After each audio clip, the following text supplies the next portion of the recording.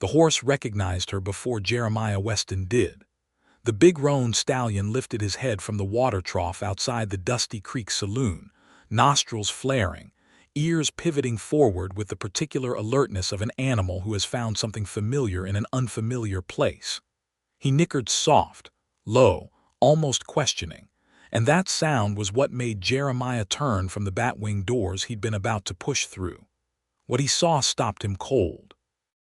A woman stood in the middle of the main street of Dusty Creek, Colorado, on a Tuesday afternoon in the late summer of 1882, and she looked like she had ridden through the mouth of hell itself to get there.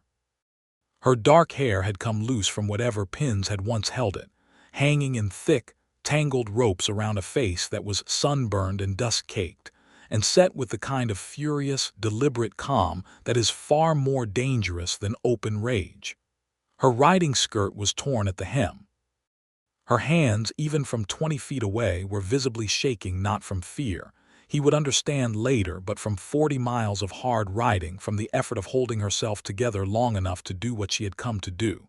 She was leading a second horse, a gray mare. Saddled with tack, Jeremiah recognized instantly because he had chosen every piece of it himself. That was his horse, his stolen horse. And this woman, this extraordinary, furious, barely standing woman, had ridden 40 miles across open country to bring it back to him. "Are you Jeremiah Weston?"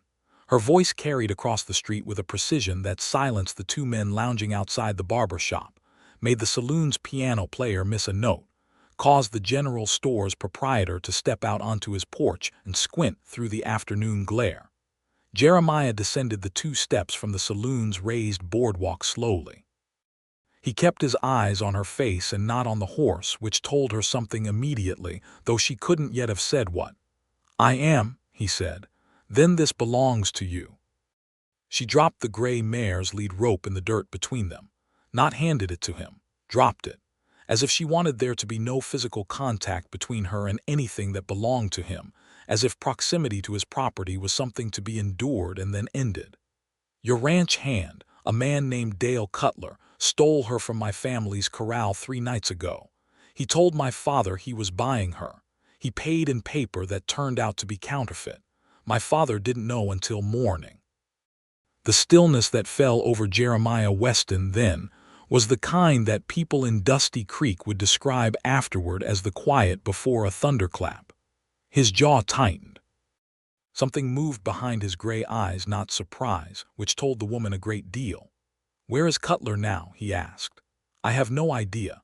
He was gone before I left." She held his gaze with the steadiness of someone who has decided to be steady and will not be talked out of it. "I'm not here about Cutler. I'm here because my father is 61 years old and that counterfeit paper is sitting on his kitchen table, and the gray mare was the best horse he owned, and someone who works for you stole her. I brought her back because it was the right thing to do. I'm not here to make any kind of trade or ask for any kind of favor. I'm returning your property because my family does not keep stolen things." She turned then, as if the conversation was entirely concluded, and Jeremiah Weston did something that surprised him more than it surprised anyone watching. He said, "Wait." She stopped, did not turn around. The late afternoon sun stretched her shadow long and thin across the rutted dirt of the main street. The gray mare stood placidly between them, already dropping her head toward a patch of dead grass at the street's edge, entirely unaware that she was the axis around which something enormous was quietly beginning to turn. "I know about Cutler," Jeremiah said. "I've known about him for 2 weeks. He's been stealing from me and I've been building a case. I didn't know he'd gone as far as—" He stopped, pressed his mouth into a line. "I should have moved faster. Your father, what's his name?" She turned then, and the expression on her face was unreadable in the way that a landscape is unreadable at the edge of darkness. You can see there is something there and that it has depth, but the details are hidden. "Arthur Townsend," she said. "He has a small farm 11 miles south of Sagebrush Flats. And you are—" A pause in which she seemed to be deciding something. "Theodora Townsend." Jeremiah Weston looked at her for a long moment. The roan stallion at the trough nickered again, and this time the gray mare answered him, and the sound of the two horses greeting each other across the dusty street of Dusty Creek, Colorado, in the dying summer of 1882, was somehow the most pointed thing that had happened in a day full of pointed things. "Miss Townsend," Jeremiah said, and his voice had shifted into something quieter, something that cost him something to use. "You rode 40 miles to return a horse that your family was wronged over. The least I owe you is a meal, an honest conversation, and a safe way home." "I don't need your guilt," she said. "No," he agreed, "but I'm offering it anyway." The silence stretched. The piano player inside the saloon, who had been pointedly not playing since the conversation began, hit a single tentative chord. Theodora Townsend looked at the gray mare, looked at Jeremiah Weston, looked at the 40 miles of open country that stood between her and her father's table and the setting sun that was already making that country into a dark and dangerous thing. She said, "I want to talk about the counterfeit money." "Then let's talk," he said, and that was the beginning. Though neither of them knew, standing in that dusty street with a stolen horse between them and the whole complicated weight of the Wild West pressing down on their shoulders, that what had just begun was not an argument, not a negotiation, not even a reckoning, but the most important thing that would ever happen to either of them. 3 days before Theodora stood in that street, the world had been considerably simpler. She had risen at 5 in the morning, as she always did, because the chickens required feeding, and the garden required watering before the Colorado sun turned the August air into something that pressed down on a person like a physical weight. She was 26 years old and had lived on her father's farm her entire life, except for 2 years she'd spent at a school in Denver that had taught her to read with precision, argue with clarity, and distrust men who smiled too easily. Lessons she found equally useful in her daily existence. Arthur Townsend was a good man who had never entirely recovered from the death of his wife, Theodora's mother, 7 years prior. He was careful with his money and meticulous with his animals, and somewhat less meticulous with the people who came to his door, offering easy deals, which was the soft place in his armor that Dale Cutler had found and exploited with the practiced ease of someone who made his living finding soft places in other people's armor. Cutler had arrived on a Saturday evening with a pleasant manner and a story about his employer, a rancher named Weston from over near Dusty Creek, needing a good breeding mare quickly because 2 of the ranch's mares had gone lame. He'd offered $40 for the gray mare, which was a fair price, not a steal in either direction, just fair enough to seem honest. Arthur Townsend had accepted. The paper Cutler handed over looked right in the lamplight. It had not looked right in the morning light. Theodora had been the one to find it, picking it up from the table where her father had left it in his habitual way of leaving important things in the center of the kitchen table so he would not forget about them. She'd held it to the window and felt the wrongness of it immediately. Paper too smooth, printing slightly blurred in the way that counterfeits always were when you knew what you were looking for, which she did because she had once spent an entire afternoon at school learning to identify false bills after a classmate's father had been ruined by a confidence man. She had not told her father that morning. She had gone out to the corral first, looked at the empty space where the gray mare had stood, and then came back inside and sat down at the table and thought very carefully about what was going to happen next. Her father had walked in from the barn at 7 o'clock and she had set the bill in front of him and told him what she'd found. She had watched his face do the terrible, slow collapse of a man who has been made to feel foolish, which was worse than being angry and worse than being frightened, and she had put her hand over his and said, "This is not your fault. This is a crime committed against you by a dishonest man, and I am going to fix it." "You can't fix counterfeit money, Thea," he'd said. "I can't fix the money," she'd agreed. "But I can return the horse to its rightful owner and make the case that someone who works for that rancher defrauded you, and then perhaps that rancher will feel some obligation to make it right." Her father had looked at her with the particular mix of pride and worry that constituted most of his emotional responses to her plans. "Sagebrush Flats to Dusty Creek is 40 miles, he'd said. "I know exactly how far it is," she'd said. "I'll take Absalom." Absalom was her horse, a big, ugly, deeply reliable buckskin gelding whom she had named at 16 from a passage in the Bible she'd found concerning, because the character in it had beautiful hair and rode a mule and came to a bad end, and she'd thought that naming a horse after something with those qualities would either protect against those qualities or at least give the animal an interesting story to tell. Absalom had never let her down in 10 years, and he did not let her down in those 40 miles, carrying her steady and sure across the summer-scorched Colorado landscape, while she thought about everything she was going to say when she got where she was going. She had not thought about what Jeremiah Weston would look like. This was, she would later admit to herself with some irritation, an oversight. He was tall in the way of men who have spent their lives doing physical work, not performing tallness but simply being it. The height integrated into a body that was lean and broad-shouldered, and moved with the particular economy of motion of someone who had learned early that unnecessary movement was wasted energy. His hair was dark and cut close at the sides, with a tendency to curl where it was longer on top. His face was the kind of face that had been handsome in youth and was more interesting now, a jaw with history in it, eyes the color of storm clouds over the Rockies, a mouth that kept its own counsel. He was 32 years old, which she did not know yet but would learn. He wore his hat back on his head in the manner of a man who'd forgotten to be self-conscious about it, and his hands, when he held his hat to his chest as he spoke to her, which he did, she noticed, as an instinctive gesture of respect, were the hands of someone who had worked harder than most people imagine working. She noticed all of this with the irritated precision of someone who would have preferred not to notice it. They sat across from each other at a table in the Dusty Creek Hotel's small dining room, which was one of only 2 places in town Jeremiah considered appropriate for a conversation with a woman who had just ridden 40 miles alone across open country and deserved something better than a saloon.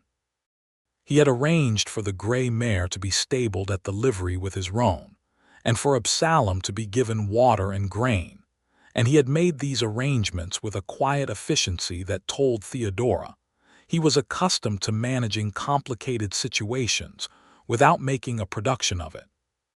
The hotel's cook brought them coffee and cold roast beef and cornbread that was a day old but acceptable, and Jeremiah let Theodora eat half of what was on her plate before he said anything about anything that mattered, which she noticed and filed away alongside the hands and the hat and the storm-cloud eyes. "I hired Dale Cutler 14 months ago," he said finally, setting down his coffee cup. "I needed an experienced hand for the breeding operation. He came with decent references and he worked well for the first 6 months. He paused. Then I started noticing small things, a count that didn't add up, a piece of equipment that went missing and came back. Nothing I could pin down firmly enough to act on without looking like I was accusing a man on suspicion alone." "You should have acted on suspicion," Theodora said. "Yes," he said, without defensiveness, without qualification, just a simple acknowledgement of the fact. "I should have. I was trying to be fair to him. That fairness ended up being unfair to your father." She studied him. "You said you've known for 2 weeks. 2 weeks ago, one of my other hands saw Cutler in Millbrook talking to a man known to deal in counterfeit currency. I started watching more carefully. I sent a letter to the county sheriff 3 days ago requesting assistance." He looked at her steadily. "I did not know he was going to move when he moved. I thought I had more time." "My father lost $40, Theodora said. "That is 2 months of what the farm earns in a good month." Jeremiah reached into the inside pocket of his coat and set an envelope on the table between them. She looked at it, did not touch it. "There's $60 in there," he said. "40 for what was taken, and 20 because I should have acted 2 weeks ago and I didn't. I'm not here for charity." "It isn't charity, it's accountability." His voice was even, not pushing. "A wrong was done by someone under my employ. I am correcting it. That's not charity, Miss Townsend, that's just what is right." She looked at the envelope for a long moment. Something in her expression shifted, not softened exactly, but adjusted, the way a person adjusts when they have prepared for one kind of conversation and found themselves in another. "All right," she said, and picked up the envelope and folded it into the pocket of her riding coat. "Thank you. Thank you for riding 40 miles to do what you did," he said. "Most people would have written a letter and lost the horse." "My father doesn't deserve to lose his horse." "No," Jeremiah said. "He doesn't." Outside, the sun finished its descent and the dark blue of a Colorado August night pressed itself against the hotel windows. Inside, neither of them moved to leave. The cook brought more coffee without being asked, and Theodora found herself thinking that she had been prepared for indifference or defensiveness, or the sort of smooth, practiced charm that men use to deflect responsibility, and that she had not been prepared for this. For a man who sat still with his accountability, the way a person sits with something that genuinely costs them, not performing remorse but actually engaged with it. It was, she thought, profoundly inconvenient. "How long have you had the ranch?" she asked, and was mildly alarmed to discover that the question was genuine curiosity and not strategy. Something in his expression shifted, a slight opening, as if he'd been expecting the conversation to end and was recalibrating to its continuation. 8 years, he said. "Bought the first 50 acres when I was 24, it's 340 now. That's significant growth. It's been significant work, not boasting, stating. You're from Colorado, Kansas originally. Moved west when the land opportunities were better." He turned his coffee cup once in its saucer. "You've always been on your father's farm." "I was in Denver for 2 years, a school." She watched his face to see if this registered as surprising or impressive or improper, the 3 common reactions she'd encountered. It registered as none of the above, just as information received and filed. "Did you like Denver?" "I liked what I learned there. I didn't particularly like Denver." She paused. "Too much noise, not enough horizon." For the first time, something moved across his face that was unmistakably warmth, a brief, unguarded thing there and then controlled but real. "I know exactly what you mean," he said. The night outside deepened. Somewhere down the street, someone was playing a harmonica with more enthusiasm than skill. Inside the Dusty Creek Hotel dining room, Theodora Townsend and Jeremiah Weston talked for 2 hours longer than either of them had planned, and the conversation moved through the terrain of their separate lives with the careful, wondering quality of an exploration, noting the features, marking the distances, beginning the slow construction of a map. She told him about her mother. He told her, more briefly, about the father who had not believed in him and the decision to go west, which had been equal parts ambition and escape.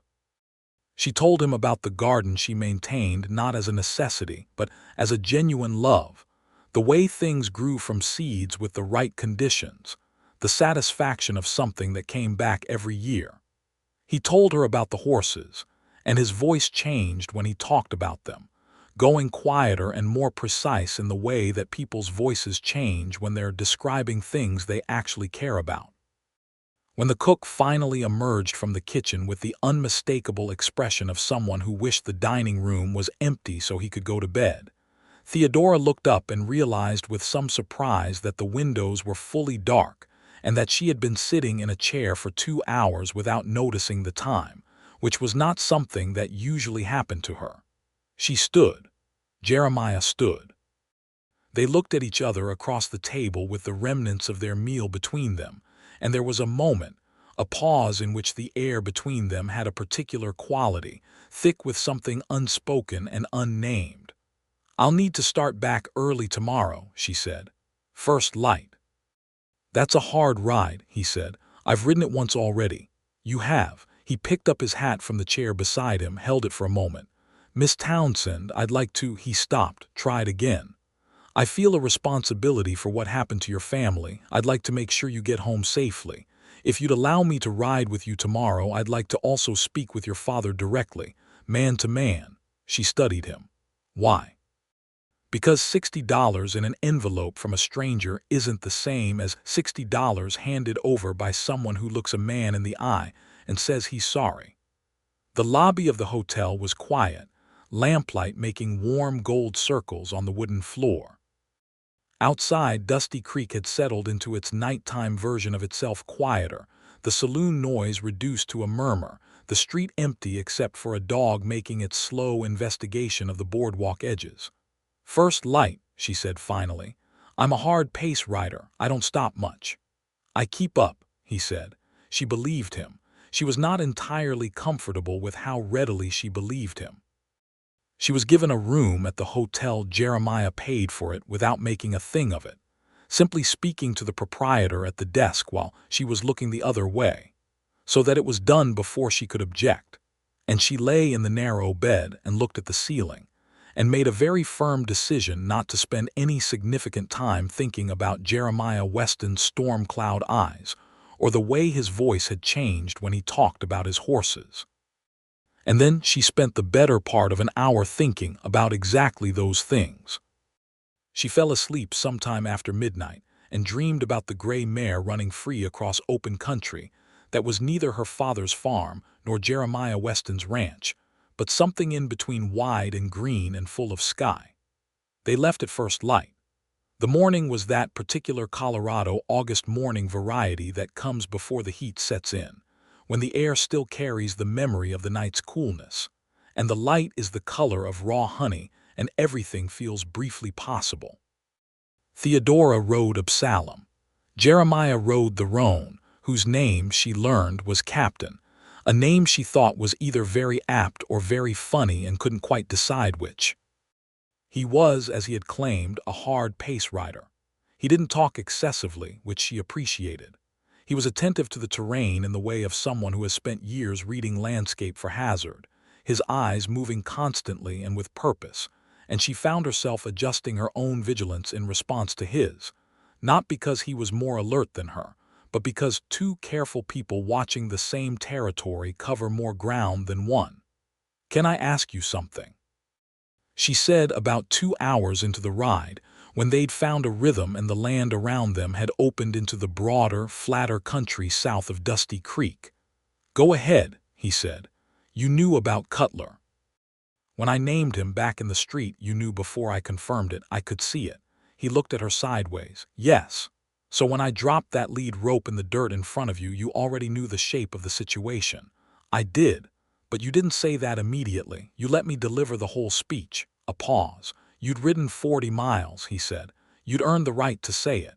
She thought about this for a moment. The buckskin moved beneath her, steady and reliable as always. The morning light shifted as a cloud moved across the sun. "That is a more thoughtful response than I expected," she said. "You expected me to be defensive.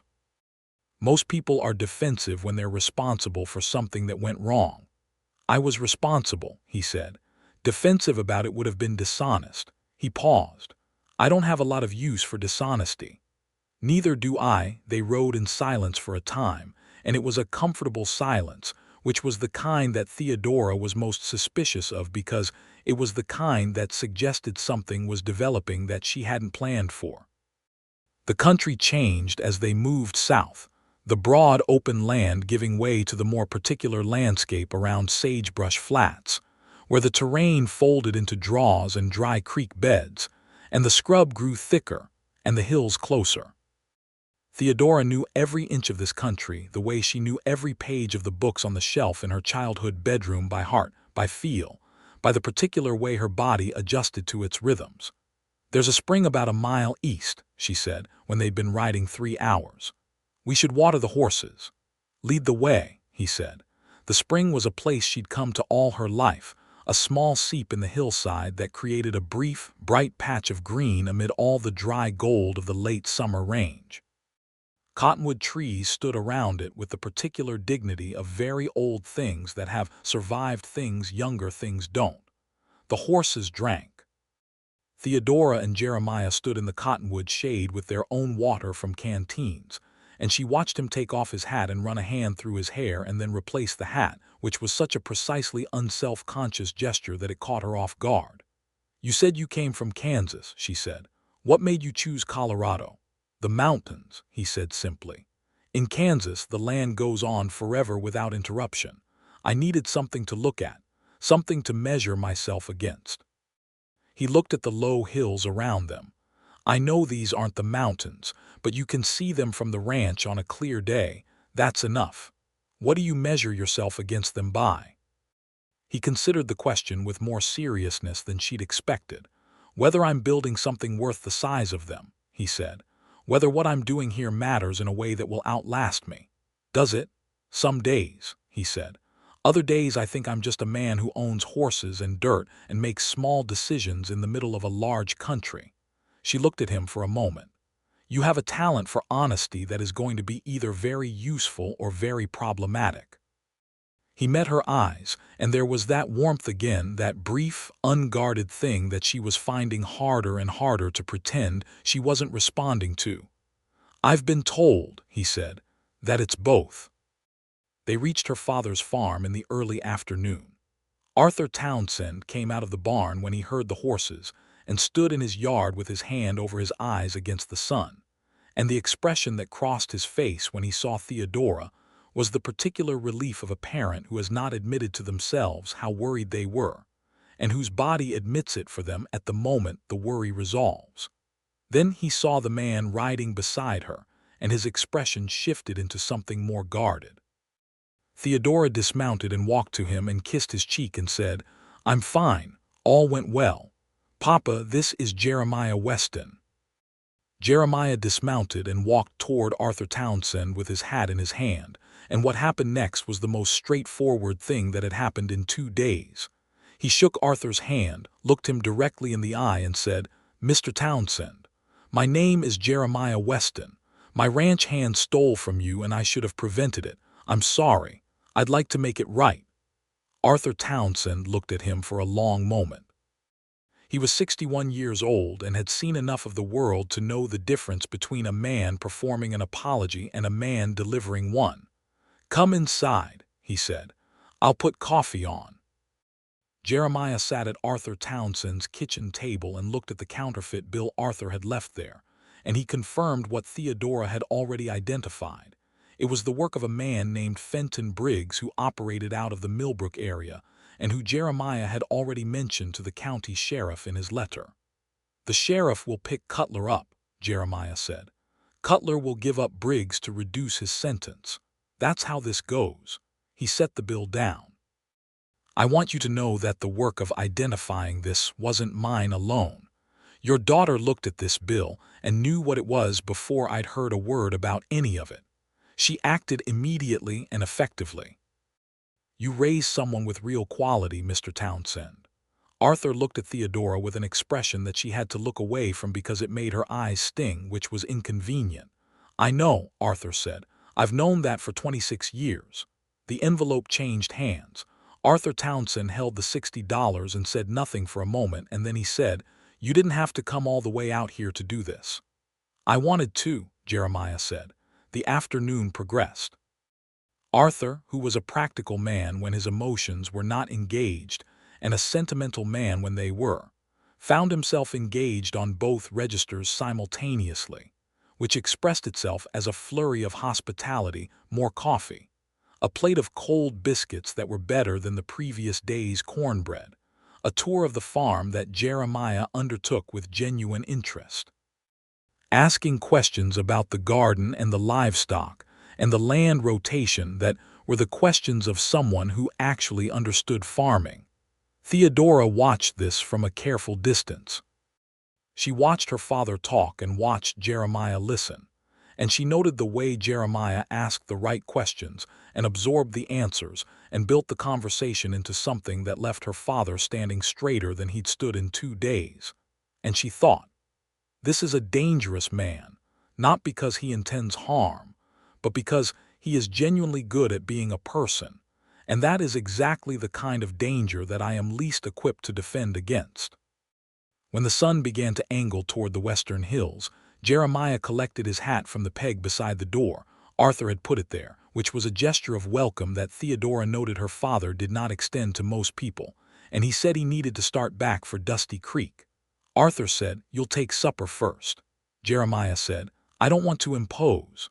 Arthur said, You rode 40 miles to apologize to an old farmer who you didn't have to apologize to. You'll take supper." So he took supper. Theodora made it salt pork and fried potatoes and the last of the summer tomatoes from the garden, sliced and salted, and coffee and dried apple cake for after.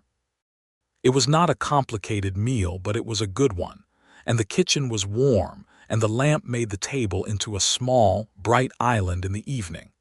She was aware of Jeremiah's presence in her kitchen with an acuity that she found frankly annoying.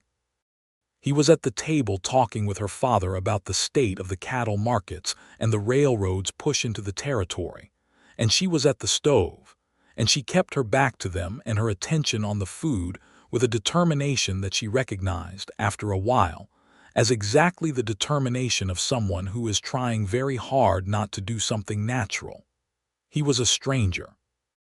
He would eat supper and ride 40 miles back to Dusty Creek, and that would be the end of it. She had done what she set out to do. Her father had his money and his dignity back, and she could go back to her ordinary life. She turned around to bring the salt pork to the table and found Jeremiah already on his feet, reaching to take the heavy pan from her, and their hands met on the handle simultaneously, and neither of them moved for a moment that was approximately 1 second long in real time and considerably longer in every other way. She let him take it. He set it on the table. He met her eyes briefly as he straightened, and then both of them looked away in the same moment, with the coordinated reflexiveness of two people responding identically to the same startling thing, which was its own kind of revelation. Her father pretended he had not noticed any of this. He was a kind man. After supper, after the dishes, after Arthur Townsend had said good night with the tact of a man who understood what courtesy required of him, Jeremiah and Theodora stood on the porch in the warm dark of the August evening, with the sound of the crickets and the distant horses, and the sky above them immense and clear and salted with stars. "You should have enough moonlight to make good time," she said. "I should," he agreed. He held his hat in both hands. The gesture had become, over the past 2 days, something she could recognize now. The hat held when he was being direct, replaced when he was managing something, forgotten when he was genuinely comfortable. He was holding the hat. "I'd like to come back," he said. "Not about the horse or the money or Cutler, just I'd like to come back." The night around them was very quiet. From somewhere in the barn, Absalom shifted his weight and sighed in the way that horses do when they are settling into sleep. "That's a 40-mile ride," she said. "I've made it twice now." "It gets harder, not easier." "I don't find it hard," he said. Then, after a pause, "I find it easy. That's the thing. I've been thinking about that the whole ride back here." Theodora looked at the stars for a moment. The Milky Way arched overhead like a river of light, and she thought about her dream of the gray mare running across that wide green country that was somewhere between all the places she knew. And she thought about the conversation in the hotel dining room and the spring water and the cottonwood shade, and the way his voice changed when he talked about things he loved. 2 weeks, she said. "Come back in 2 weeks. I'll make sure my father's around." "Because you don't trust me." "Because I don't entirely trust myself," she said, and was startled by her own honesty, and then was not startled because she had been alone with him for enough hours now to understand that his particular variety of directness was contagious. In the dark, she could not see his face with precision, but she could see the change in his posture, a slight loosening, a breath. 2 weeks, he said. He put on his hat, went down the porch steps, untied the roan from the fence post and mounted with the efficient grace of long practice, and the horse turned, and he looked back at her once from the saddle. "Good night, Miss Townsend." "Good night, Mr. Weston." And the dark took him, and the sound of Captain's hoofbeats faded west, and Theodora Townsend stood on her father's porch and looked at the stars and felt the particular, unwelcome, undeniable sensation of something beginning that she had not planned for and was not sure she knew how to stop even if she wanted to. She was not sure she wanted to. He came back in 2 weeks. He came back the week after that. And then the week after that, he came back on a Saturday and stayed through Sunday. sleeping in the barn with his horse because Arthur Townsend offered the spare room and Jeremiah declined on the grounds that he didn't want it to be said he'd taken advantage of anyone's hospitality, which made Arthur Townsend laugh and tell Theodora quietly in the kitchen the next morning that he liked this man considerably. The visits made a pattern. The pattern made a habit. The habit made a landscape of its own, one that Theodora moved through with increasing ease and decreasing defensiveness, which she was aware of, and which she examined critically each time she noticed it, because she was a careful woman and careful women did not allow themselves to be swept along by the current of something without understanding the current first. What she came to understand over those autumn weeks was this: Jeremiah Weston was not performing his goodness. He was not managing her. He was not charm deployed strategically over a hidden motive. He was, with remarkable consistency, exactly what he appeared to be: a serious, thoughtful, genuinely kind man who had built something real out of hard work and honest dealing, and who treated every person he encountered with the same fundamental respect he'd shown her father when he'd sat across from him at that kitchen table and said "I'm sorry" without qualification. She was also honest enough with herself to acknowledge that he was beautiful in the particular way that good men who work outdoors in Colorado become beautiful, not conventionally, not smoothly, but in the way that something real and weather-tested becomes beautiful through the simple process of being what it is without apology. They walked the farm together on those weekends.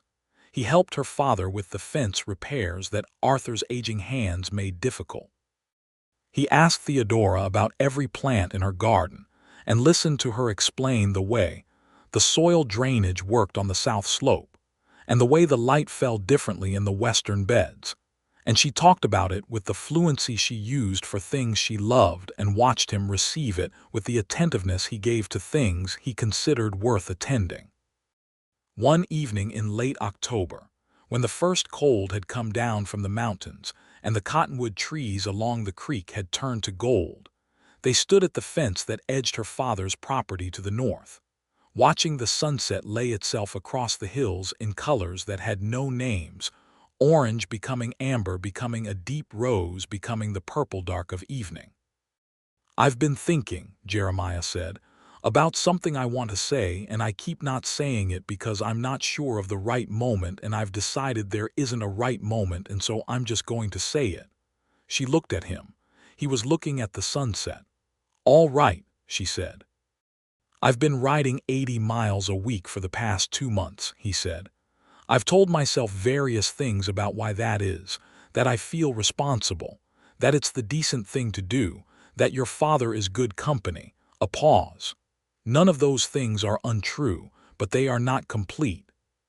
The complete truth is that I ride 80 miles a week because I am profoundly, inconveniently, and I have to be honest, somewhat terrifyingly in love with you, Theodora, and I would like to know whether that is something you have any interest in, or whether I should find a way to make peace with 80 miles of unrequited exertion."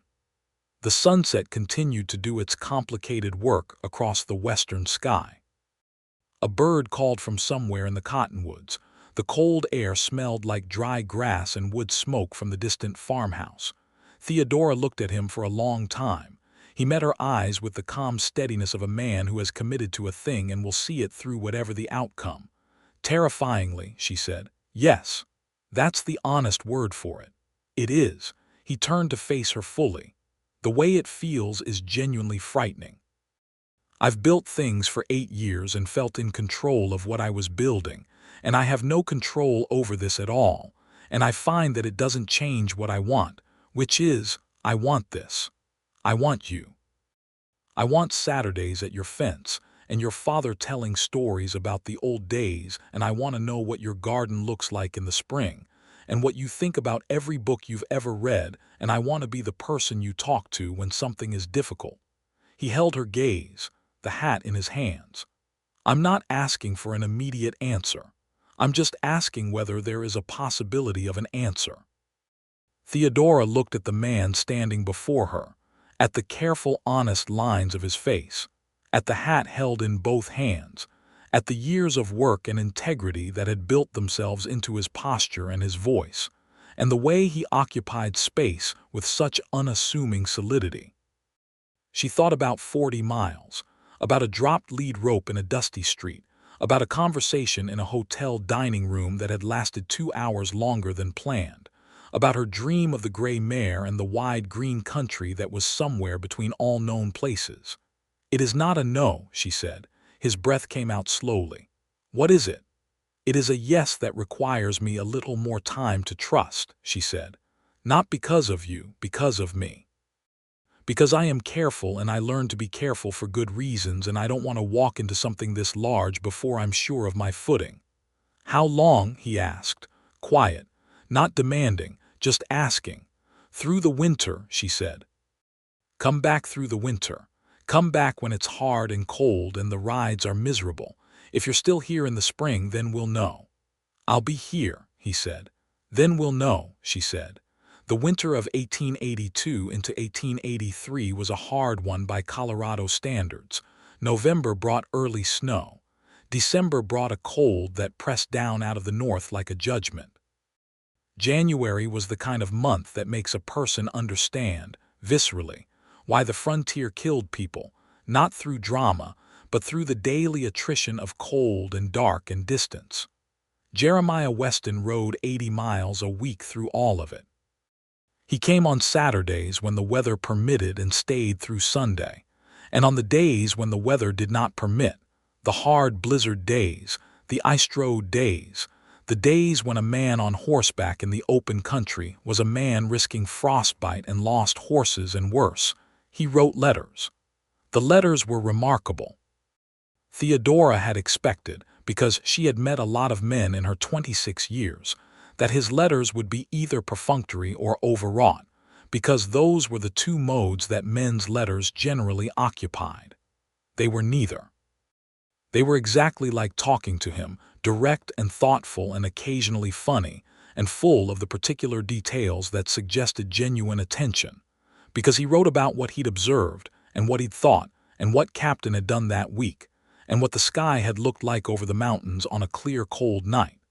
He wrote about the ranch with the same voice he used when he talked about it, quiet and specific and carrying that current of love for the thing he'd built. She wrote back.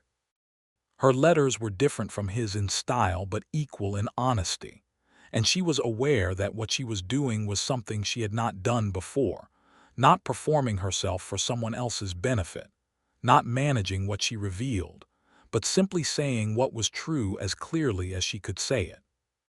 "You're happy," her father said one evening in January, when she had finished writing a letter and was addressing the envelope with a degree of care that he had observed was somewhat more than the task strictly required. "I don't know what I am," she said. "I do," he said, and went back to his book. February brought a thaw and then another cold, and in the thaw Jeremiah came and they walked along the creek in the brief, fragile warmth and talked for 3 hours without running out of things to say, which by that point had stopped surprising her and started feeling like something she depended on. "Tell me about the dark part," she said, when they turned back toward the farmhouse and the late afternoon light was going gray. He looked at her sideways. "What dark part?" "Everyone has one. You have a father you left. You don't talk about him much." A pause. The creek ran beside them, reduced by the cold to a thin, earnest trickle. "He wasn't a kind man," Jeremiah said finally. "Not in the way that ruins a person, but in the way that makes a person determined to be something else." He was quiet for a moment. He thought the measure of a man was how much he could take, how much hardship, how much silence, how much denial. He didn't believe in, he searched for the word tenderness, thought it was weakness. "And you disagreed." "I came west to find out," he said. "I've been finding out for 8 years." He looked at her. "I think tenderness is the hardest thing. I think it takes more courage than any other choice a person makes. To be open, to care about something, to let it matter." He paused.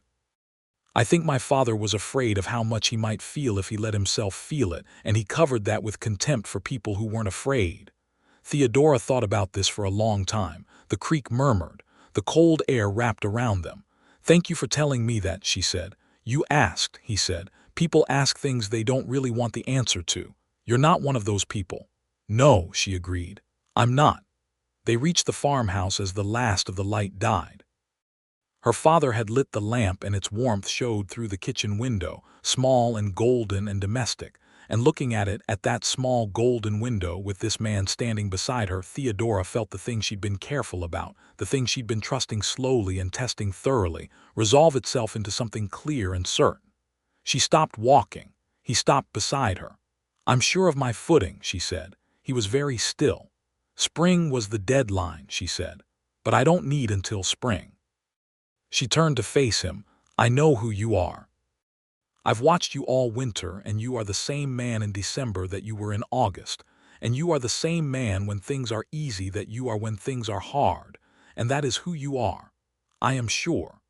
"Theodora," he said, and her name in his voice was something new, stripped of all the careful management she'd heard in it until now, just her name said by someone to whom it meant something specific and profound.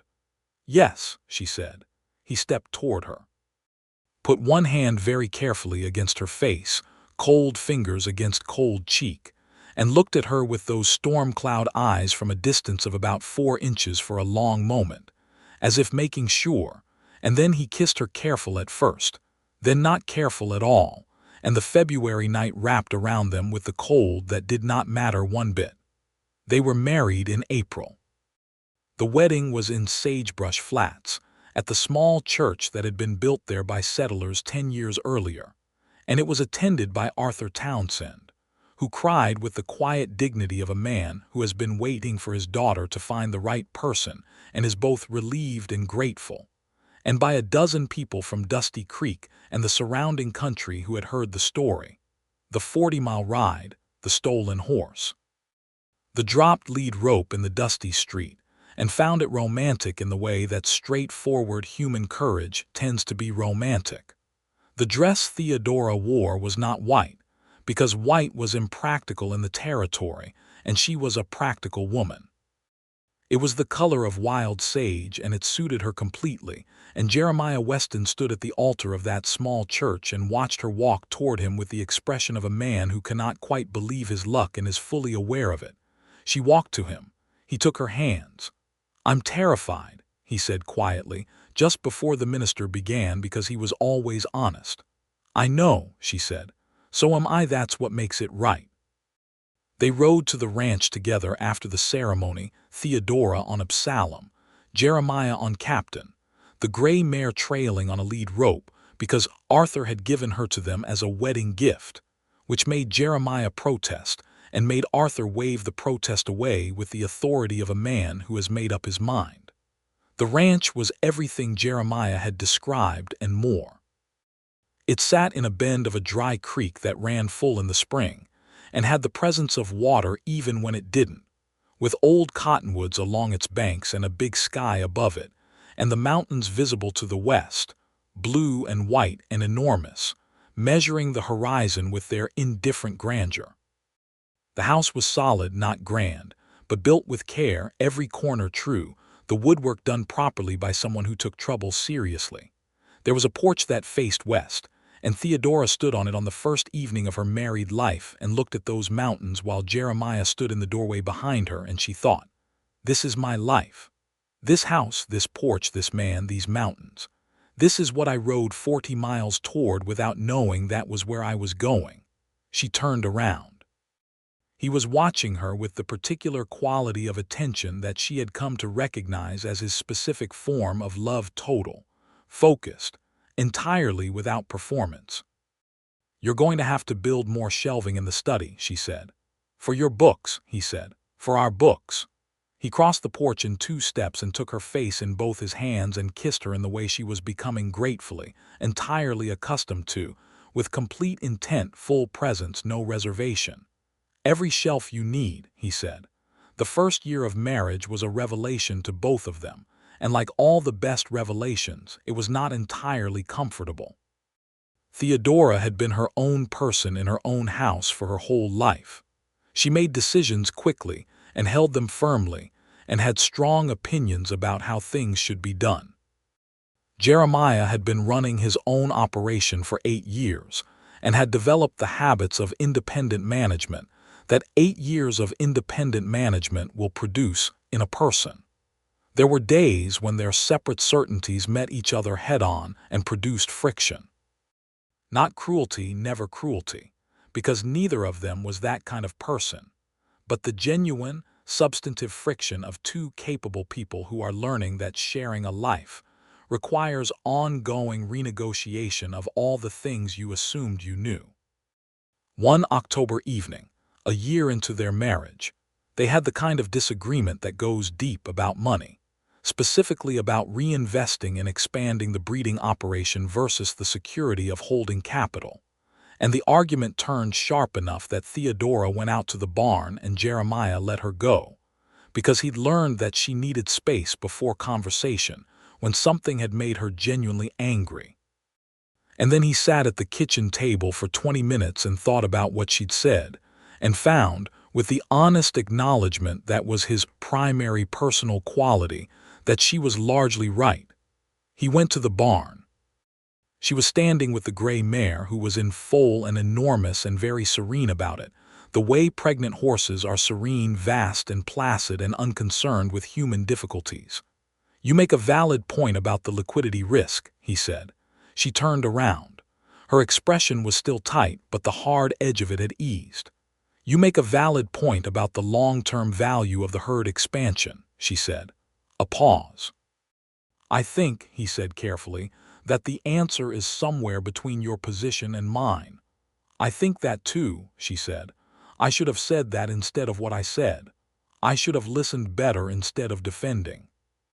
The gray mare shifted her weight with the profound complacency of a horse who considered human relationships a minor subplot in the important story of her pregnancy.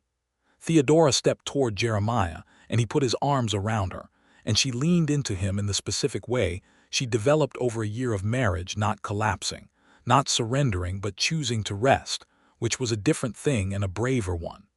"I love you," she said. "I also still think you're wrong about the cash reserve." "I know," he said. "I love you, you're probably right."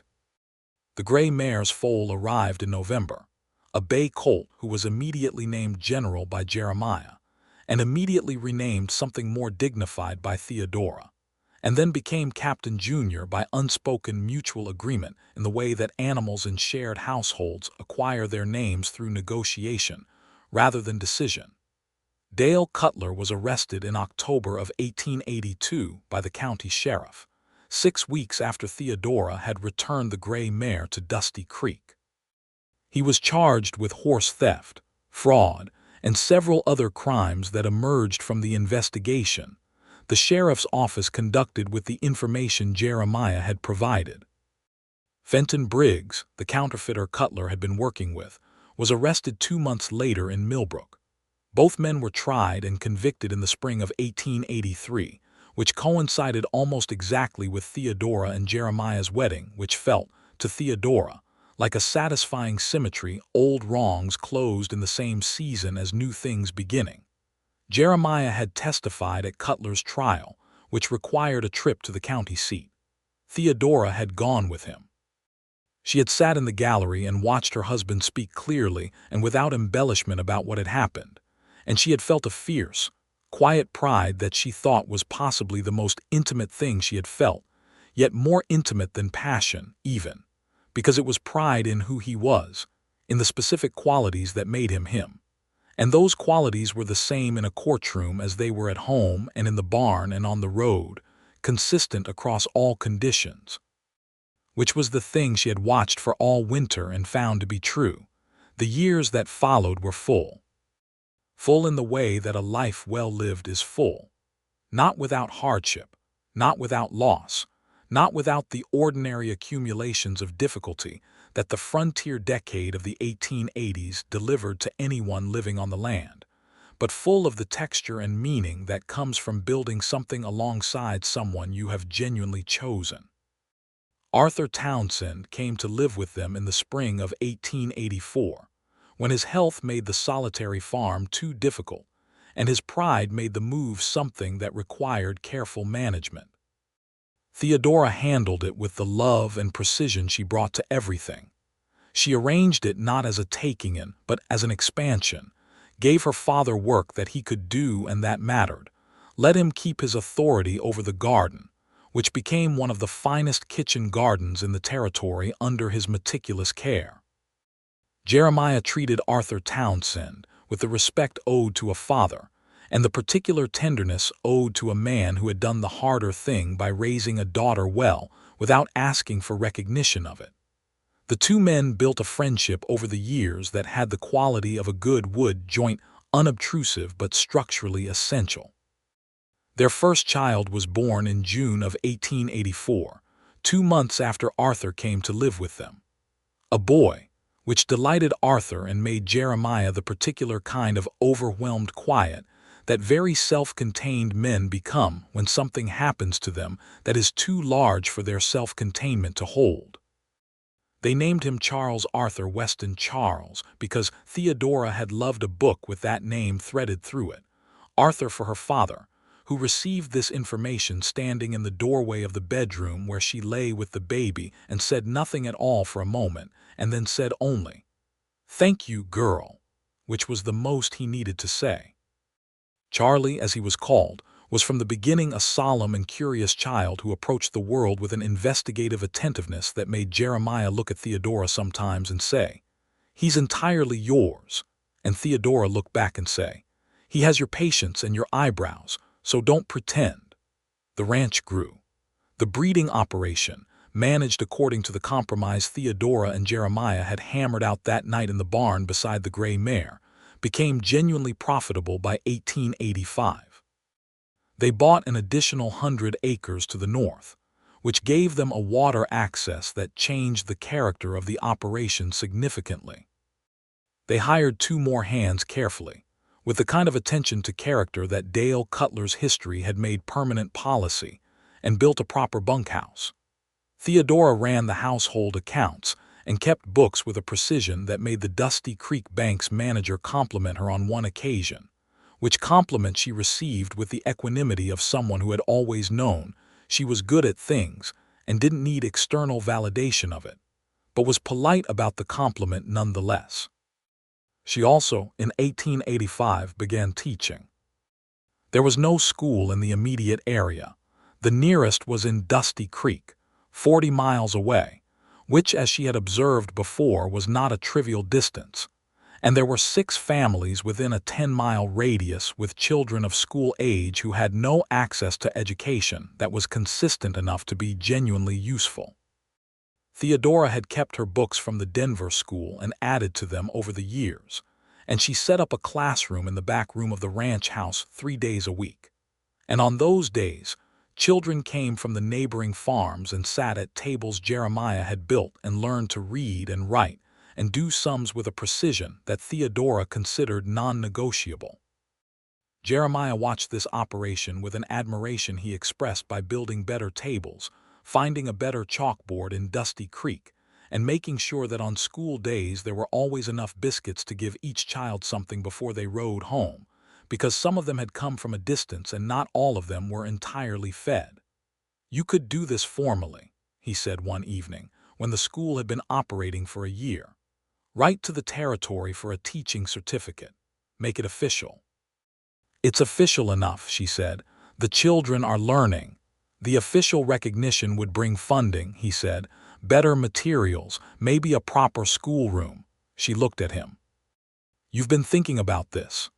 "I've been watching you do it," he said. "It matters. Things that matter should be supported properly." She applied for the teaching certificate in 1886.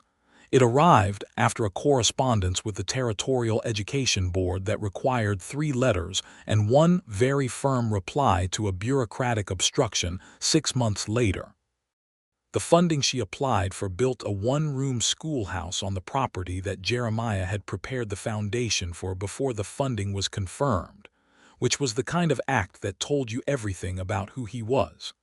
Their second child, a daughter they named Eleanor, arrived in the autumn of 1886. Eleanor was, from her first breath, loud, opinionated, and constitutionally convinced that the world required her to comment on it, which made Jeremiah say she was entirely Theodora and Theodora say that She was the specific combination of both of them that produced the most interesting result. Arthur Townsend, who had been quietly declining since his move to the ranch, but declining with the dignity he brought to everything, held a leaner and was visibly restored by the holding. He lived 2 more years after that, dying in the winter of 1888 with the particular peacefulness of a man who has watched the things that mattered to him continue without him. Theodora sat with him in those last days and held his hand and told him about the garden and the children, and the way the mountains looked in January, and he listened with his eyes closed and sometimes smiled. She grieved him with the fullness that he deserved. Jeremiah held her through the grief without trying to manage it or shorten it, which was the thing she needed most, and which was perhaps the most intimate form of love he had shown her yet, letting her grief be exactly as large as it needed to be, and being present in it with her without flinching. The schoolhouse became a real institution in those years. By 1888, 14 children were attending regularly, and Theodora had trained a second teacher, a young woman named Margaret Holt from a neighboring family, to help on the days when Alina's infancy required her presence at home. Margaret Holt was, Theodora thought, one of the finest people she had met in the territory, intelligent, patient, absolutely committed, and possessed of the particular quality of a born teacher, which is the ability to meet a person at the exact level where they are and help them move from there. Jeremiah expanded the schoolhouse in 1889, added 2 rooms. By 1890, the Weston Ranch School, which the territory formally named the Townsend Weston School, keeping Arthur's name in it, which had been Jeremiah's suggestion, was the most established educational institution in the surrounding county. Theodora stood at the window of the new 3rd classroom on the morning after its completion and looked at the mountains, which were doing their perpetual thing of being enormous and blue and there, and she thought about all the distances. 40 miles from her father's farm to Dusty Creek, a dropped lead rope in a dusty street, a hotel dining room and 2 hours of unexpected conversation, 80 miles of winter riding, a wedding in a sage-colored dress. Years of building, arguing, resting, teaching, grieving, loving. And Jeremiah's footstep behind her, she knew his footstep now the way she knew Absalom's gait, the specific weight and rhythm of it, and his hands on her shoulders, and his chin briefly against the top of her head, which was a gesture they had developed over years without deciding to, the way the best things develop. "What are you thinking about?" he said. "The gray mare," she said. He laughed. It was his real laugh, the one that was quiet and genuine and came from somewhere deep. "She's in the south pasture," he said. "I saw her this morning." "I know."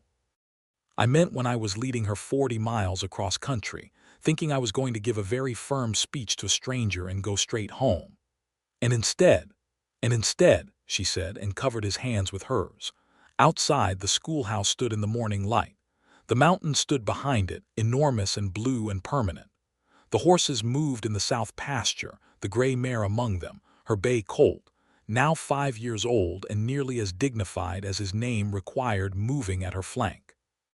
The autumn of 1891 brought another development, this one unexpected.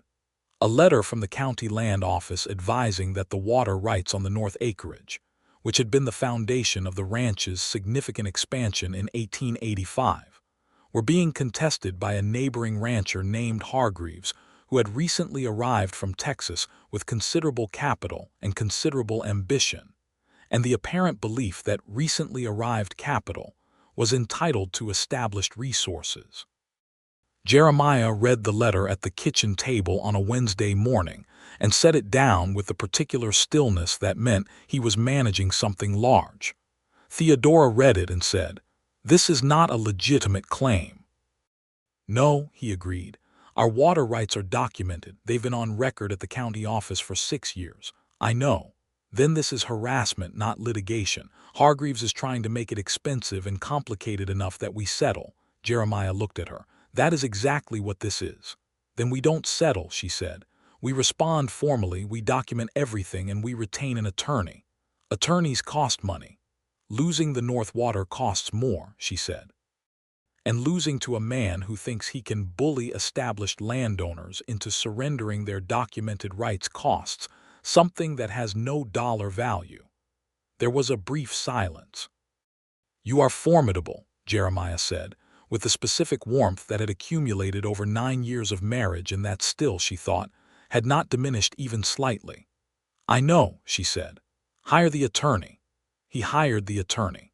A man from Denver named Frederick Booth, who was expensive and methodical and had the important quality of being actually right about the law, which in Theodora's experience was less common than it should have been among people paid to be right about the law.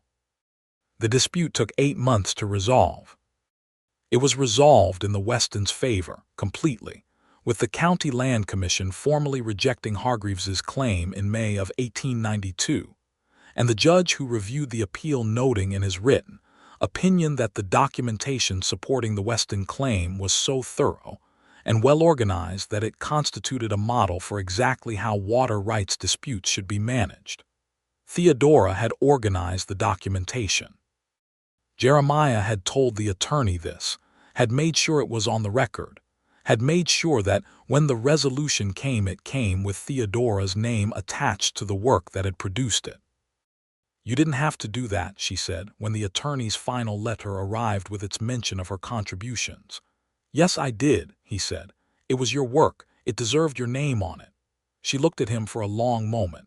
9 years of marriage, and he still had the capacity to do something that caught her. "I love you," she said. "Not the daily fluent way, but the considered way, the way that means I have thought about this specifically and the conclusion holds."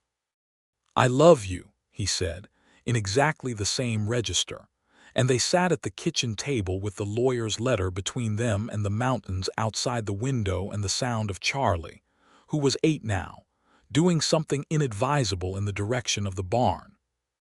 Their third child arrived in 1893, a boy they named Henry, who combined Jeremiah's calm with Theodora's intensity in a way that produced a child of unsettling perceptiveness, who at age 4 could be relied upon to identify the most important thing in any given situation with the clarity of a much older person.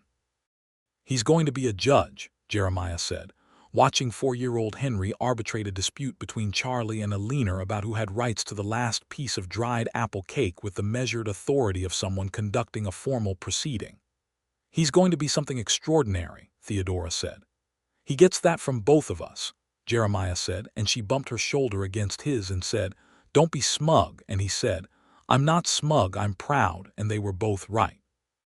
The 1890s moved through the ranch like seasons, bringing change, bringing growth, bringing the ordinary and extraordinary in their usual unpredictable mixture. Charlie turned 10 and 12 and 14 and revealed himself to be his father in miniature, the same steady attention, the same honest dealing, the same patience with horses and people that was Jeremiah's most fundamental quality. Alina turned 8 and 10 and 12 and revealed herself to be something neither parent had expected, a prodigious mathematician who could do sums in her head faster than Theodora could do them on paper, and who looked at numbers the way her mother looked at language, as a living thing with structure and beauty. She should go to university, Theodora said in 1898 when Alina was 12 and had exhausted the mathematical knowledge of both her parents and Margaret Holt and the new teacher they'd hired in 1895. Jeremiah considered this. "University is expensive, and she's 12. In 6 years she'll be 18, we'll save." She paused. "There are women at universities now, it's not the scandal it was." "It was never a scandal to me," he said. "I know," she said. "That's why I'm saying it to you. They saved." Alina went to the Colorado School of Mines in 1904, which was not a traditional institution for women, and which required 3 letters and 1 direct conversation with the admissions board conducted by Theodora with the precision and authority of a woman who has been argued with successfully precisely 0 times on matters she considered sufficiently important, and which Alina entered as the 4th woman in its history and the most mathematically gifted student that particular professor of calculus had seen in 12 years, which he wrote in a letter to Theodora that made her sit down and press her hand over her mouth for a minute before she read it aloud to Jeremiah. But that is later. In the middle years of the 1890s, the ranch and the school and the family and the daily particular richness of the life they had built filled their days with a quality that Theodora would think about years later and describe as solid, not perfect, not without difficulty, but fundamentally solid, like a wall built by someone who took the work seriously. There were still nights when she stood on the western porch and looked at the mountains and felt the enormity of what had been built from something as small as a wrong that needed righting and a 40-mile ride, and a decision to drop a lead rope rather than hand it over. On one of those evenings in the late summer of 1895, August again, the same month in which all of this had begun, 13 years earlier, Jeremiah came and stood beside her, and they were quiet together in the way that people who have been together long enough to have their own silence are quiet. "What are you thinking?" she said, because sometimes she asked it too. "I'm thinking about the first time I saw you," he said. "You mean the first time you saw me standing in the street of your town covered in trail dust with your stolen horse?" "I mean the first time I saw you," he said simply. "Yes," she smiled. The mountains were doing their evening thing, blue becoming purple becoming shadow. "What did you think?" she asked. He was quiet for a moment.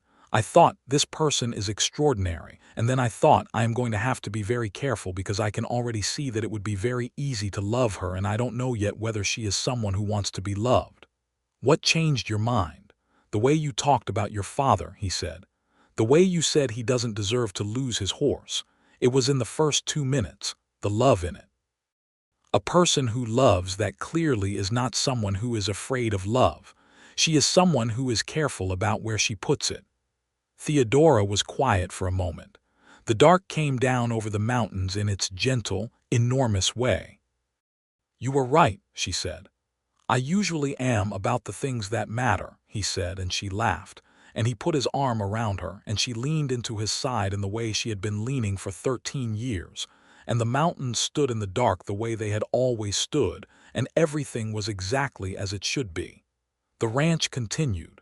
The school continued. The children grew up and made their various marks on the world. Charlie, eventually taking over much of the ranch operation from Jeremiah with the same steady care. Alina achieving things at university and beyond that made the family proud in ways they barely had vocabulary for. Henry becoming, as Jeremiah had predicted, something extraordinary. He read law and practiced it in Denver, and the judge remark turned out not to be entirely wrong.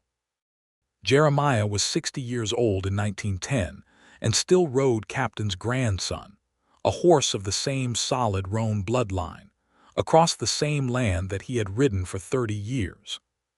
His hair was gray now, and the lines in his face had deepened into something that Theodora, looking at him across the kitchen table one morning with the particular quality of attention that does not diminish with time, thought constituted the most interesting landscape she had ever studied. "What are you staring at?" he asked, without looking up from the newspaper. "You," she said. He looked up, met her eyes. Smiled that slow, complete smile that she had first seen 13 years in, and that had never lost its capacity to reorganize her chest. 31 years, he said, approximately, since a woman rode into Dusty Creek with my stolen horse. "I would appreciate it," she said, "if you could occasionally describe that event in a way that makes me sound like the hero." "You are the hero," he said. "You've always been the hero. I'm just the man you came back with." She crossed to him and put her hand on his shoulder, and he covered it with his. And they stayed like that for a moment, him at the table with the newspaper, her standing beside him with her hand on his shoulder, in the particular way of people who have shared enough time to know that the small, ordinary moments are the real ones, that the life is in the coffee getting cold, and the newspaper, and the hand on the shoulder, and the mountains outside the window that have watched over all of it from the beginning.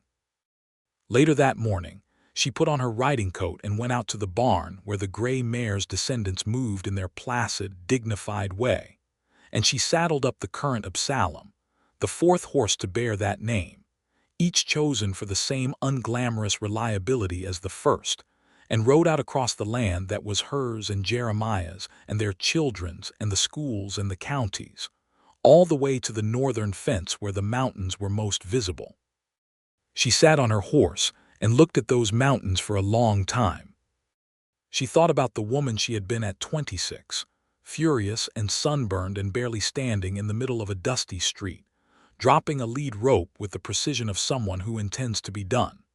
She thought about what that woman had known and what she hadn't known, and she was grateful for the knowledge that had taken her 40 miles and kept her straight and kept her honest, and grateful for the not knowing that had left her open to everything that had followed. She turned the horse and rode back toward the house, where smoke was rising from the chimney in the thin November air, and the windows were warm with light, and Jeremiah would be at the table with his newspaper or in the barn with the horses or somewhere on the land that was theirs, just somewhere within the circumference of the life they had built, which was where he always was. She rode toward it. She would always ride toward it. When she reached the yard, Jeremiah was on the porch. He had apparently been watching for her, which was something she understood he did and had always done, not from anxiety but from the particular attentiveness of a man who has found the most important thing and keeps it in his sight. He came down the steps as she dismounted. "Good ride," he said. "Yes," she said. He took the horse's reins to lead him to the barn the way he did, the way he had always done, and she caught his arm as he turned. He stopped, looked at her. She looked at him at 60 and gray-haired and the interesting landscape of his face with all its history, and she thought, 40 miles, a dusty street, a dropped lead rope. She thought, come back in 2 weeks. She thought, I'm sure of my footing. Thank you, she said. He looked at her with the warmth that had never once diminished in all the years she had known it. For what? He asked. For asking me to ride home with you, she said. He was quiet for a moment. The November air wrapped around them, cold and clean, smelling of wood smoke and dry grass and the indefinable mineral smell of approaching snow. The mountains stood in the west. The smoke rose from the chimney. The horses moved in the barn. "Best question I ever asked," he said. She kissed him, there in the yard, in the cold, in the ordinary, extraordinary morning of the life they had built, and the November light lay across everything with the particular grace of a day that doesn't know it is significant and is significant anyway. It was enough. It was, in every way that mattered, exactly enough, and more than enough. And it continued. The table and the coffee and the newspaper and the mountains and the children come home for Christmas, and the school with its expanding number of small chairs, and the books on the shelves that kept requiring more shelves and the horses in the south pasture, and the gray mare's descendants running in the early morning light, and the porch facing west where 2 people stood sometimes in the evenings to watch the last of the light leave the mountains in colors that had no names, saying things and saying nothing. Together in the solid, luminous, built from a 40-mile ride fact of each other. Forever was a large word, but they had made something that deserved it. They had made it from honesty and courage and the willingness to trust, and from a stolen horse returned across 40 miles of open country, and from a question asked in a dusty street, and from all the daily choosing that love requires and that they had made and kept on making, year after year, all the way to the end. All the way to the blessed, complete, unambiguous end. Which was not an end at all, of course. It was just the shape a life makes when it has been lived with intention and care and total, terrifying, beautiful commitment to another person. Just that. Just everything.